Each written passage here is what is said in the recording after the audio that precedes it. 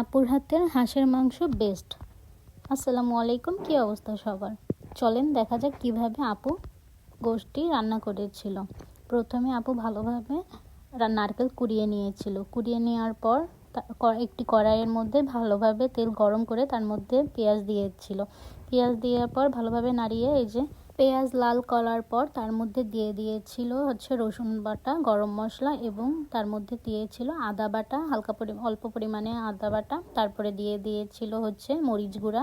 মরিচ গুঁড়া বেশি পরিমাণে দিতে হবে, কারণ এই গোশে হাঁসের গোশততে বেশি পরিমাণে ঝাল না হলে মোটেই ভালো লাগে না খেতে। তারপরে দিয়ে দিয়েছিল স্বাদ অনুসারে লবণ দেওয়ার পরে দিয়েছে জিরা গুঁড়া দেওয়ার পর দিয়েছে হলুদ দেওয়ার পর এই যে নারকেল কুড়িয়ে রাখা হয়েছিল সেটার মধ্যে পানি দিয়ে ভালোভাবে ব্লেন্ড করে নিতে হবে নারকেলের দুধ বের করার জন্য। ব্লেন্ড করা হয়েছে।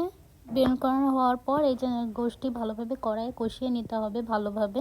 এখন হালকা পরিমাণ কষানোর পর দিয়ে ঢেকে নিতে হবে। ঢেকে নেওয়ার পর এখন কিছুক্ষণ পর এই যে উঠে নেওয়া হয়েছে।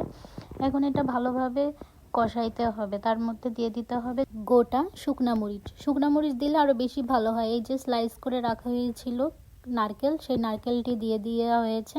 এখন এটা দিয়ে ভালোভাবে নাড়িয়ে নিতে হবে। নাড়িয়ে নেওয়ার পর ভালোভাবে নাড়াইতে হবে। যত পরিমাণে ঝাল দিবে তত পরিমাণেই ভালো হবে। এই যে নাড়ানোর পর এই যে দেখতেই পাচ্ছেন তেল উঠে এসেছে। এখন এটা ঢেকে দিতে হবে। ঢেকে দেওয়ার পর কিছুক্ষণ পর উঠে নিয়ে এই যে আবার কষাইতে হবে। কষানোর পর ওই যে ব্লেন্ড করে রাখা হয়েছিল যে নারকেল, সেটা দুধ বের করে এই যে দিয়ে দেওয়া হয়েছে।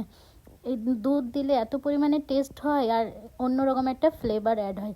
এটা ভালোভাবে নাড়ানোর পর তার মধ্যে দিয়ে দিতে হবে পরিমাণ মতো পানি দেওয়ার পর এই যে না দিয়ে কিছুক্ষণ ঢেকে রাখতে হবে যতক্ষণ না বলক উঠে। এই যে দেখেন বলক উঠে গিয়েছে। এখন বলক ওঠার পর এই গোশতটি যত পরিমাণে রান্না করা হবে, যত জাল দেওয়া হবে, যতক্ষণ জাল দেওয়া হবে তত পরিমাণেই ভালো হবে। এই যে দেখেন বলক ওঠার পর ভালোভাবে তেল উঠে গিয়েছে। তেল ওঠার পর এই যে তার মধ্যে দিয়ে দিতে হবে টেস্টের জন্য গুঁড়া দুধ। কিছু পরিমাণে গুঁড়া দুধ দিয়ে ভালোই পরিমাণে দিতে হবে, তাহলে টেস্টটি আরও একটু বেশি ভালো হয়। গুঁড়া দুধ দেওয়ার পর হালকা পরিমাণে পানি দিয়ে নেড়ে চিড়ে নিতে হবে। এই যে প্রায় কমপ্লিট হয়ে গিয়েছে। এটা তার ফাইনাল লুক। দেখতে কত লোভনীয় লাগছে তাই না? খেতেও অনেক মজা হয়েছিল মাশাআল্লাহ। এখন হাঁসের গোশের সাথে ছিটা রুটি হবে না তা কি হয়? এজন্য আপু ঝটপট করে বানিয়ে ফেললো, প্রস্তুতি নিয়ে তাড়াতাড়ি করে বানিয়ে ফেললো ছিটা রুটি বানাইলে তো অনেক মজা লাগে তাই না হাঁসের গোশের সাথে খাইতে। অলমোস্ট কমপ্লিট হয়ে গিয়েছে, আর হালকা পরিমাণে হবে। তারপর তুলে নিতে হবে।